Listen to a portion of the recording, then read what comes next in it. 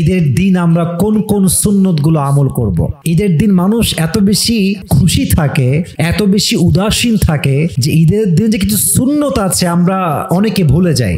আজকে আমরা যে সুন্নতগুলো জানবো, এটা আমরা জাস্ট জানবো না, ঈদের দিন আমরা সকলে আমল করার we will try our best level.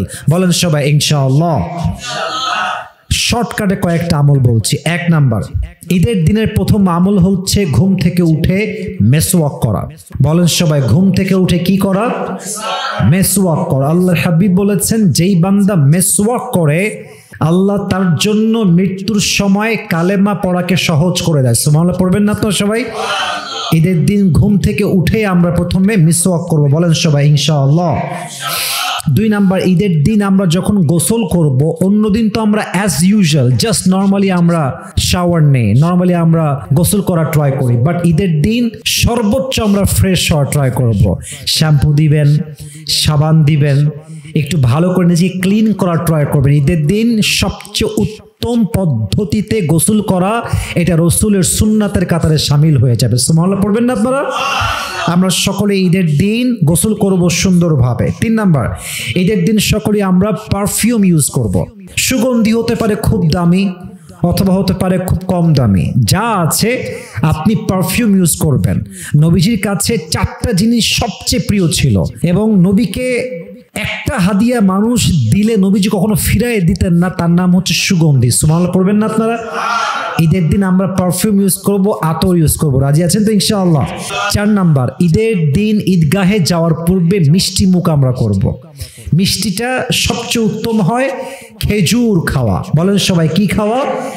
মিষ্টি মুখ করে আমরা ঈদগাহের দিকে যাব। রাজি আছেন তো ইনশাআল্লাহ?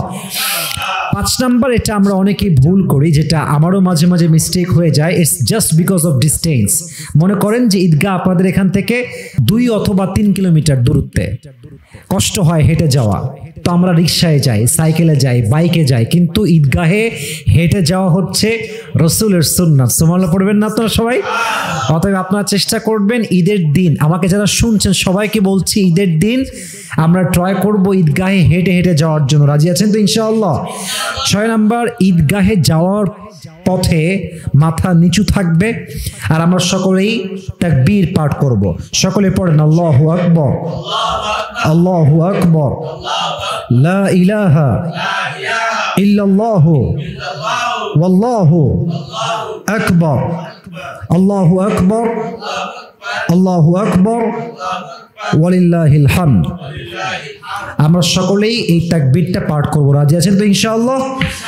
7 নাম্বার হচ্ছে সাধ্যমতো ঈদের দিন সবচেয়ে বেস্ট ড্রেসটা আপনার পরিধান করা। মানে নতুন হওয়া লাগবে এরকম শর্ত নাই, আপনার যতগুলো জামা আছে the best dress you have to choose on the day of Eid. যতটুকু পারা যায় সবচেয়ে উত্তম পোশাক পরিধান করে আমরা ঈদগাহের দিকে যাব। রাজি আছেন তো ইনশাআল্লাহ? 8 নাম্বার, ঈদগাহে যাওয়ার পূর্বে সাদাকায়ে ফিতরটা আদায় করে দাও। এটা হচ্ছে রাসূলের সুন্নাহ। আমাদের যেই সাদাকায়ে ফিতর আছে, আমরা ঈদগাহে যাওয়ার পূর্বে আমাদের পথের মাঝে আমরা এটাকে আদায় করব। রাজি আছেন তো ইনশাআল্লাহ? 9 নাম্বার সুন্নতটা হচ্ছে ঈদের দিন সবার সঙ্গে হাসি খুশি।